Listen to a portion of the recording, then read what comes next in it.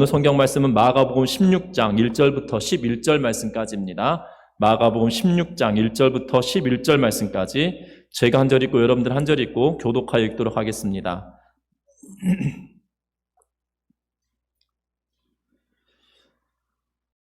신약성경 84면 있는데요. 마가복음 16장 1절부터 11절 말씀까지 제가 한 절 읽고 여러분들 한 절 읽고 교독하여 읽도록 하겠습니다.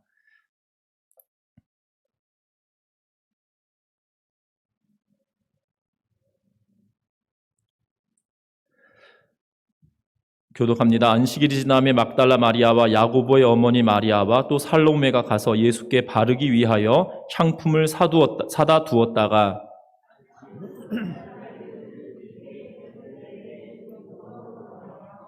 서로 말하되 누가 우리를 위하여 무덤 문에서 돌을 굴려 주리요 하더니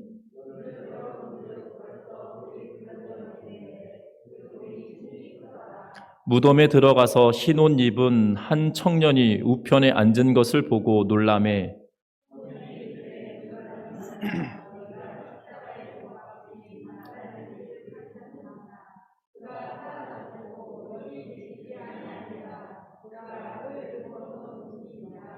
가서 그의 제자들과 베드로에게 이르기를 예수께서 너희보다 먼저 갈릴리로 가시나니 전에 너희에게 말씀하신 대로 너희가 거기서 배우리라 하라 하는지라.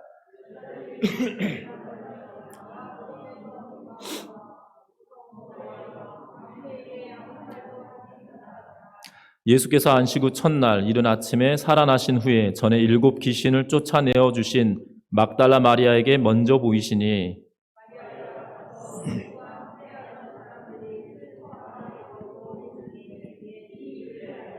함께 읽습니다. 그들은 예수께서 살아나셨다는 것과 마리아에게 보이셨다는 것을 듣고도 믿지 아니하니라. 아멘. 우리 앞을 향하여 서로 인사 나누고 말씀을 나눴으면 좋겠습니다. 사랑하고 축복합니다. 앞을 향해서 사랑하고 축복합니다.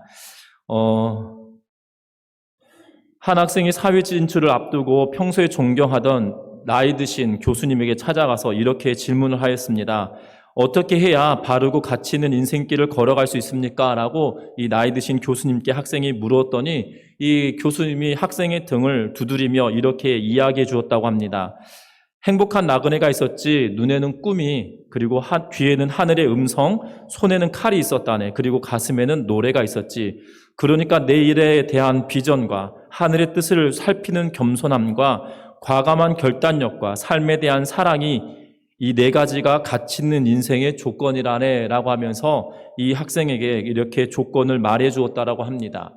분명한 것은 이 땅의 삶을 살아갈 때 가치 있는 인생의 조건이라면 내일을 향한 비전과 또한 하늘에서 나를 향한 그 뜻을 살필 줄 아는 겸손함과 그리고 과감한 결단력, 삶에 대한 그러한 사랑이 우리의 삶에 있는지 한번 돌이켜볼 그러한 때가 아닌가 싶은 생각이 들어집니다. 특별히 저는 이 양화진에 가면 선교사 묘역이 있는데요. 1년에 한 차례나 2차례 이렇게 방문하곤 했었는데 그곳에 가면 우리가 잘 알고 있는 언더우드 선교사님이나 아펜젤러 선교사님이나 아니면 이 평양대 부흥운동의 주역이라고 불리어지는 하디 선교사님이나 이분들의 선교사님들의 묘지가 그곳에 안치되어 있는 것을 보게 됩니다.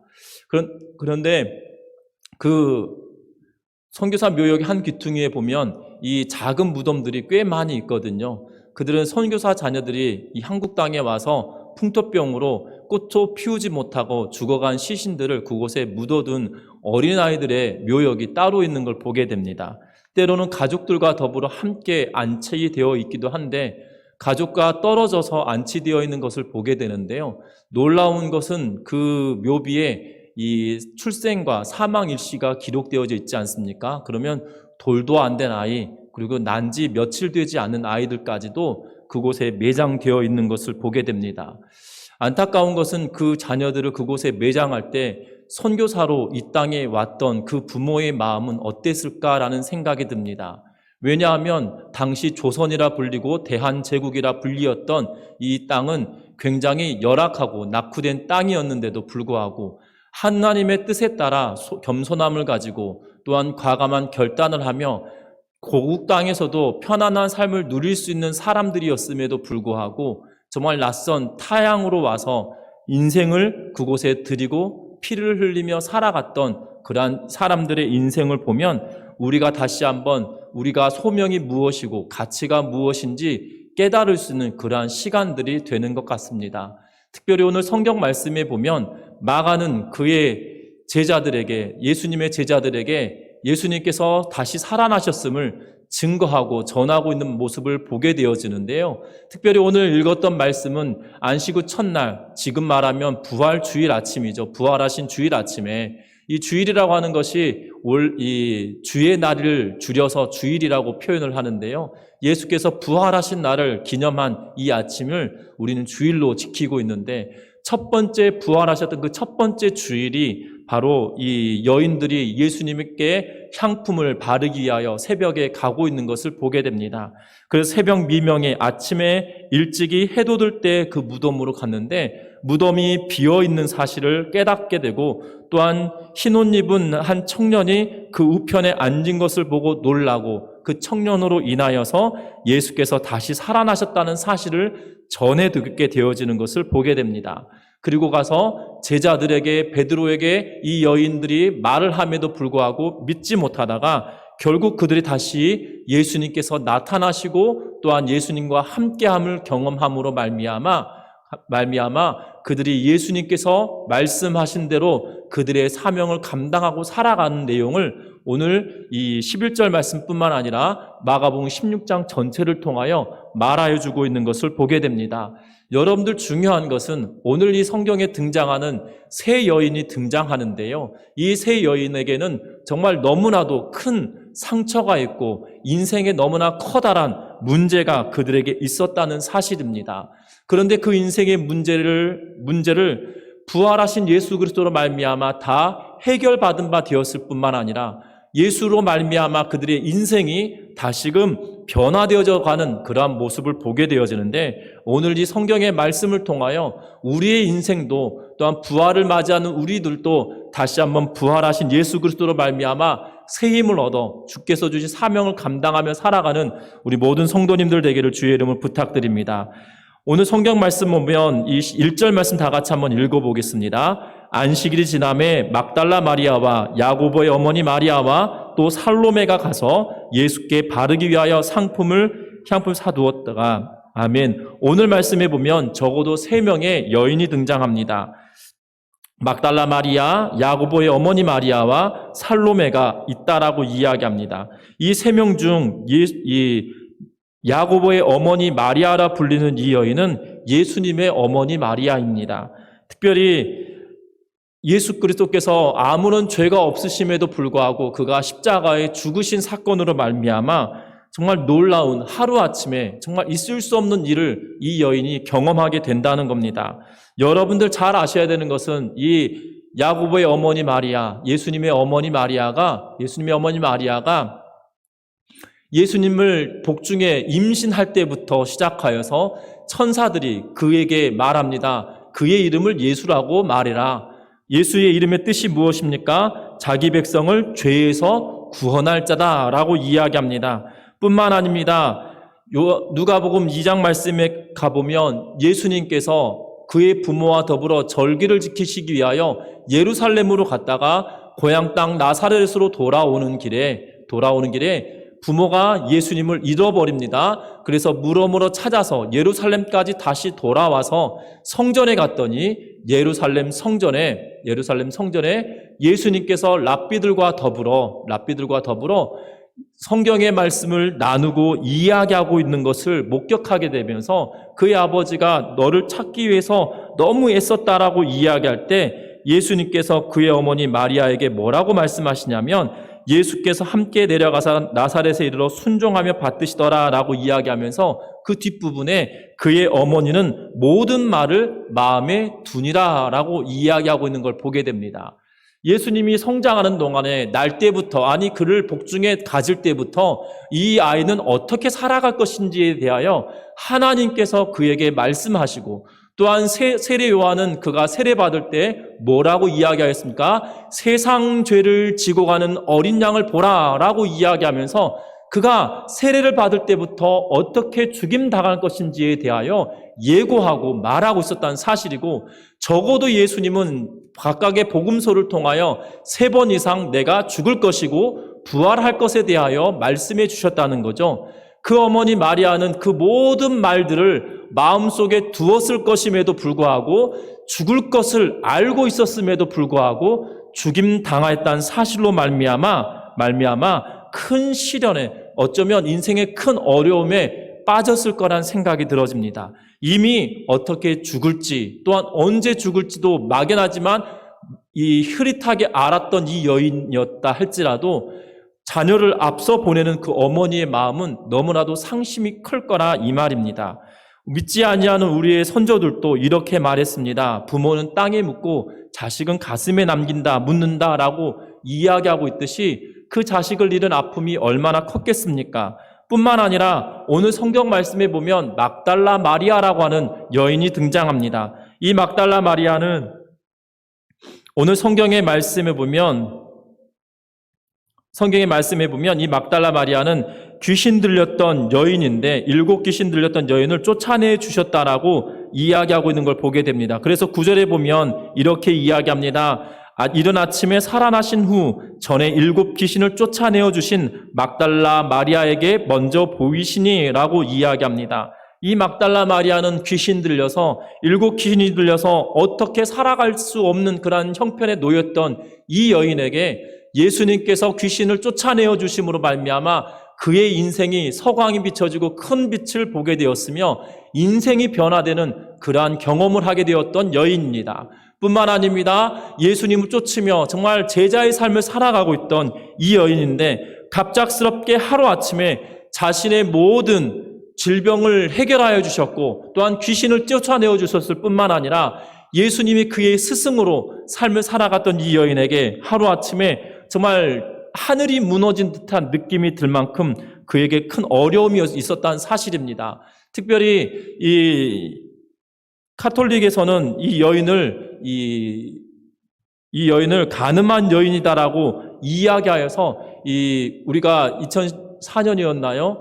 패션 오브 크라이스트라고 하는 이 영화가 상영되어질 때 그 내용 가운데 가늠한 여인을 살려주었는데 그 여인이 나중에 막달라 마리아라고 표현하고 있는 이유는 카톨릭에서는 이 7 귀신 들렸던 이 여인을 가늠한 여인으로 보고 있기 때문인데요. 그러나 성경은 그렇게 말하고 있지는 않습니다. 분명한 것은 이 여인이 그러한 엄청난 삶을 살아갔다 할지라도 예수 그리스도를 만남으로 인하여서 삶이 변화됐는데 지금 그 예수님이 어떻게 되었다고요? 돌아가시고 하루아침에 보이지 않는다는 겁니다. 3번째 등장하는 여인은 살로메라고 하는 여인입니다. 이 살로메라고 하는 여인은 마태복음이나 이 마가복음에 보면 야고보와 요한의 어머니다라고 이야기하고 어떻게 보면 예수님의 이모뻘 되는 분이기도 합니다. 그래서 예수님의 이모뻘 되었던 그러한 살로메였기 때문에 예수님과 제자들과 동행할 때 예수님께 무엇을 청탁하냐면 당신이 왕이 된다라면 내 아들을 좌측에 우측에 삼아 주십시오 라고 하면서 청탁을 하였던 내용이 복음서에 기록되어져 있는 것을 보게 됩니다. 특별히 이 살로메는 정말 청천벽력과 같은 그러한 슬픈 소식이었을 겁니다. 왜냐하면 내 2 아들이 예수님이 왕이 되면 적어도 우리 표현을 하면 우의정과 좌의정을 할 수 있을 만큼 그렇게 예수님과 각별한 사이일 뿐만 아니라 형제지간이고 내 조카다라는 느낌이 들어서 과감하게도 그 모든 제자들을 제쳐놓고 내 아들을 우편에 좌편에 세워달라고 이야기할 만큼 그렇게 대단한 어머니였음에도 불구하고 지금 무엇이 된 거예요? 비빌언덕이 순식간에 없어져 버렸다는 사실입니다. 이 세 여인은 자식을 잃었고 은인의 죽음이 되었고 또한 목적을 잃어버린 인생을 살게 되는 그러한 안타까운 삶을 살아가는 그러한 모습을 오늘 성경은 비춰주고 있는데요. 우리의 인생을 어떠한지 한번 살펴보셨으면 좋겠습니다. 우리의 인생도 아마 비슷비슷할 겁니다. 이 세 여인은 대표적인 모습일 수도 있겠지만 우리가 인생을 살아갈 때 정말 어렵고 힘든 일들이 우리의 삶 가운데 반드시 있다는 것이지요. 분명한 것은 그 모든 일들 가운데 예수 그리스도께서 무덤에서 부활하셨다는 것은, 예수님께서 무덤에서 부활하셨다는 사실로 말미암아 그 모든 문제가 해결됨을 보게 되어집니다. 특별히 마태복음 28장 8절 말씀에 보면 성경은 이렇게 기록합니다. 그 여자들이 무서움과 큰 기쁨으로 빨리 무덤을 떠나 제자들에게 알리려고 다름질할세라고 성경은 기록합니다. 이 여인들이 무섭기도 하고 큰 기쁨을 누리면서 어떻게 합니까? 빨리 무덤을 떠났다라고 이야기합니다. 지금 그들의 가슴은 콩닥콩닥하며 너무 어찌할 줄 몰라서 무덤을 빨리 벗어나서 이 사실들을 전하여주고자 하는 마음으로 한 걸음에 다름질하였다라고 성경은 이야기하고 있다는 사실이에요. 모든 문제가 해결되었고 오히려 기쁘게 되었으며 그들이 예수 그리스도의 부활하심으로 말미암아 두렵기도 하지만 기쁨이 그들에게 있었다라고 이야기하고 있다는 사실입니다. 그들이 접한 소식은 무엇입니까? 우리가 마가복음 16장 6절과 7절 말씀을 다시 한번 읽어보는데요. 우리 같이 한번 읽어봅니다. 청년이 이르되 놀라지 말라. 너희가 십자가에 못 박히신 나사렛 예수를 찾는구나. 그가 살아나셨고 여기에 계시지 아니하니라. 보라, 그를 두었던 곳이니라. 가서 그의 제자들과 베드로에게 이르기를 예수께서 너희보다 먼저 갈릴리로 가시나니 전에 너희에게 말씀하신 대로 내가 가서 배우리라 하라 하는지라. 아멘. 오늘 이 이유가 무엇입니까? 이 이유가 무엇입니까? 큰 기쁨과 두려움이 있던 이유는 다른 것이 아니라 놀라지 말라. 십자가에 못 박히신 나사렛 예수를 너희가 찾는구나. 그는 살아나셨다라고 이야기합니다. 여기 계시지 않고 보라, 여기 두었던 곳이지만 아무도 계시지 않는다. 부활하셨다. 그러면서 뭐라고 이야기합니까? 제자들에게 예수님이 먼저 갈릴리로 가셨으니 너희는 그곳에 가서 예수님을 만나라 라고 이 청년이 말하고 있다는 사실이죠. 여러분들 얼마나 놀랬겠습니까? 여러분들 이 예수님의 부활하심을 접한 이 여인들이 크고 놀라운 소식을 듣고 기뻐하며 그곳을 순식간에 떠났다라고 성경은 이야기하고 있는데 우리의 인생도 마찬가지입니다. 예수 그리스도의 부활하심의 소식이 우리들에게도 역사적으로 기억될 뿐만 아니라 내 삶과 신앙생활에 경험되어지는 은혜가 있기를 주의 이름으로 부탁드립니다. 특별히 성경은 예수님의 부활에 대하여 굉장히 적은 분량을 할애하고 있는 것을 보게 됩니다. 그 이유가 무엇일까요? 신구약 전체를 따져보면 이 장수로만 따지면 1189장이 성경으로 이루어져 있습니다. 절수로 따지면 31,102절로 되어져 있거든요. 그런데 성경 곳곳에 보면 몇 절이 없음이거나 때로는 괄호로 쳐져 있는 본문들이 있어서 그것을 빼고 나면 3992절이나 되는 그러한 많은 절수가 있습니다. 그리고 마태복음은 그러면 예수님께서 부활하신 사건을 그럼 마태는 얼마나 기록하고 있느냐? 마태복음은 이 28장, 28장으로 기록되어 있고 1071절로 되어 있는데 그 중에 마태는 딱 예수님의 부활 사건을 10절로 이야기합니다. 10절이면 100분의 1 정도밖에 되지 않거든요. 마가는 16장인데 678절입니다. 그런데 마가는 8절로 예수님의 부활 사건을 이야기합니다. 여기서 예수님의 부활하셨다는 사건을 기록하고 있는 거예요. 오늘 말씀처럼.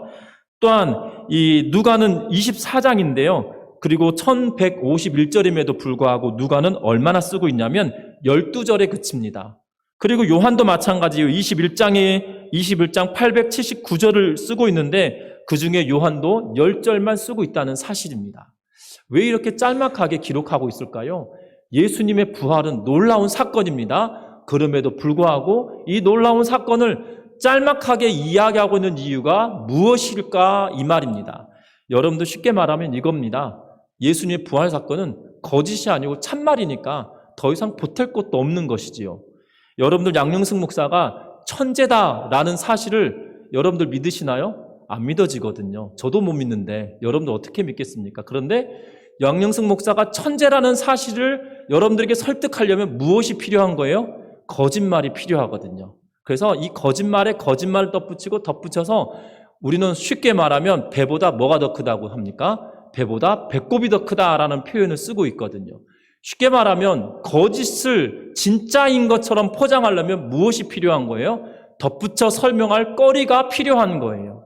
그런데 예수님께서 부활하심은 너무나도 당연한 것이고 진실이고 진리이기 때문에 덧붙일 필요가 있다는 거예요? 없다는 거예요? 없다는 거예요. 여러분들, 예수의 부활하심의 사건은 거짓이 아니라 진실이고 진리라는 사실을 믿고 나아가는 은혜가 있기를 주의 이름으로 부탁합니다. 왜냐하면 고린도전서 15장 20절 말씀에 보면 성경은 이렇게 기록합니다. 그러나 이제 그리스도께서 죽은 자 가운데서 다시 살아나사 잠자는 자들의 첫 열매가 되셨다라고 이야기하시면서 예수님께서 부활하신 것은 첫 열매이다라고 이야기하며 말하고 있다는 사실이에요. 예수님의 부활하심이 믿어져야 내가 부활할 것도 믿어진다는 것을 기억하며 나아가기를 주의 이름으로 부탁합니다. 여러분들, 예수님의 부활하심이 우리의 삶 가운데 믿음으로 받아들여질 뿐만 아니라 그 믿음으로 받아진 그것으로 인하여 우리의 인생 가운데 있는 어려움의 문제들까지도 모두 해결함 받는 은혜가 있기를 주의 이름으로 축원합니다. 뿐만 아닙니다. 이 여인들의 문제만 해결하셨을까요? 예수님의 죽으심과 부활하심으로 말미암아 인생의 모든 문제들까지도 해결하였다는 사실들을 믿고 나아가는 은혜가 있기를 주의 이름으로 부탁드립니다. 심지어 예수님께서 죽으시고 부활하심으로 말미암아 무엇의 문제까지 해결되었습니까? 인생이 모든 인류가 해결할 수 없는 죽음의 문제까지도 해결하였습니다. 여러분들 잘 아셔야 되는 것은 저희 전미중앙교회 다니는 분들이 죽음의 문제를 해결하셨다는 예수 그리스도를 믿음으로 말미암아 우리가 죽지 않는다는 말을 하고 싶은 것이 아니에요. 오해하지 않으셨으면 좋겠습니다. 죽음의 문제를 해결하셨다는 것은 무엇이에요? 우리가 죽는다 할지라도 영원한 생명을 우리가 누리게 되어진다라고 성경은 이야기하고 있어요. 세상 사람들은 말합니다. 죽으면 모든 것이 끝이다 라고 이야기합니다. 또 어떤 분은 말합니다. 우리가 죽으면 우리가 삶을 살아갔던 살아갔던 모습에 따라 다음 생에는 다른 걸로 태어날 수도 있다라고 이야기하는 분들도 계십니다. 그러나 성경은 그렇게 말하지 않습니다. 성경은 우리가 죽으면 천국과 지옥으로 가게 되어진다라고 이야기하며 영원한 기쁨과 하나님과 함께하는 기쁨을 우리가 누리게 되어진다라고 이야기하며 그것을 두고 죽음의 권세를 이겼다라고 이야기합니다. 사망의 권세를 이기게 되었다라고 말합니다. 그것이 바로 죽음의 문제를 해결하신 것이에요. 우리가 죽고 나면 죽음 이후의 삶도 하나님과 동행함으로 영원한 기쁨과 삶을 누리게 될 뿐만 아니라 지옥의 권세로부터 해방된 기쁨을 우리가 누리게 되어지기에 저와 여러분들의 삶이 이 죽음의 문제까지도 해결하였는데 우리 지금 살고 있는 이 현실의 문제가 우리에게 얼마나 큰 어려움이 되겠냐 이 말입니다. 여러분 기억하셨으면 좋겠습니다. 우리의 가정의 재정의 문제나 우리의 가정의 어려운 형편이나 건강의 문제나 때로는 재정의 문제가 있다 할지라도 정말 죽음의 문제까지도 해결하신 예수 그리스도 앞에 우리의 모든 것들을 내어놓고 나아갈 때 그분이 우리와 함께 하시면 놀라운 기쁨이 우리들에게 주어진다는 사실입니다. 특별히 성경은 로마서 5장 8절에 이렇게 기록하였습니다. 우리가 아직 죄인 되었을 때에 그리스도께서 우리를 위하여 죽으심으로 하나님께서 우리에 대한 자기의 사랑을 확증하셨느니라 라고 말을 하고 계십니다. 예수님께서 우리가 원수되었던 그 상황임에도 불구하고 우리를 사랑하셔서 십자가에 죽으셨다라고 이야기합니다. 저와 여러분들 하나님의 사랑이 얼마나 큰지 그 사랑을 기억하고 그 사랑을 믿음으로 말미암아 하나님의 은혜 가운데 동참하는 우리 모든 성도님들 되기를 주의 이름 부탁드립니다. 또한 고린도전서 15장 23절 말씀에 이렇게 기록합니다. 그러나 각각 자기 차례대로 되리니 먼저는 첫 열매인 그리스도요 다음에는 그가 강림하실 때에 그리스도에게 속한 자다라고 이야기하면서 그 믿는 모든 자들에게 예수께서 이 땅에 다시 오실 때에 모든 이들이 부활할 것에 대하여 말씀하고 있다는 사실입니다. 사망의 권세를 이기신 그분이 우리와 더불어 우리를 하여금 부활하게 한다는 사실을 믿고 나아가는 은혜가 있기를 주의 이름으로 축원합니다. 그리함으로 말미암아 이들의 인생이 바뀌었다는 사실이에요. 여인들의 인생도 바뀌었습니다. 가라라고 이야기하면서 7절 말씀 보면 가서 그의 제자들과 베드로에게 이르기를 예수께서 너희보다 먼저 갈릴리로 가신다라고 이야기하면서 가서 그 이야기를 전하라라고 이야기합니다. 여러분들 그것을 실제로 실행하고 있다는 사실이에요. 10절 말씀, 11절 말씀에 보면 그들은 예수께서 살아나셨다는 것과 마리아에게 보이셨다는 것을 듣고도 믿지 아니하란다라고 이야기하고 있음에도 불구하고 이 여인들은 제자들과 베드로에게 예수님의 부활하셨음을 전하고 있는 것을 보게 되어집니다. 후에 보면 마가복음의 16장 보면 성경은 이렇게 이야기합니다. 마지막 19절에 보면 예수께서 말씀을 마치신 후에 하늘로 올려지사 하나님 우편에 앉으시니라 제자들이 나가 두루 전파할세라고 이야기하면서 이제 제자들도 예수님의 부활하심이 경험되어지고 믿어진 그들이 어떻게 행합니까? 나가서 예수님께서 가르치라고 하셨던 모든 것을 가르치기 시작하고 있는 것을 보게 됩니다. 여러분들 우리의 인생의 문제가 해결되기를 원하십니까? 아니면 해결되셨습니까? 예수 그리스도만 바라보고 나아가는 믿음의 성도들 되기를 주의 이름으로 부탁드립니다. 말씀을 맺으려고 합니다.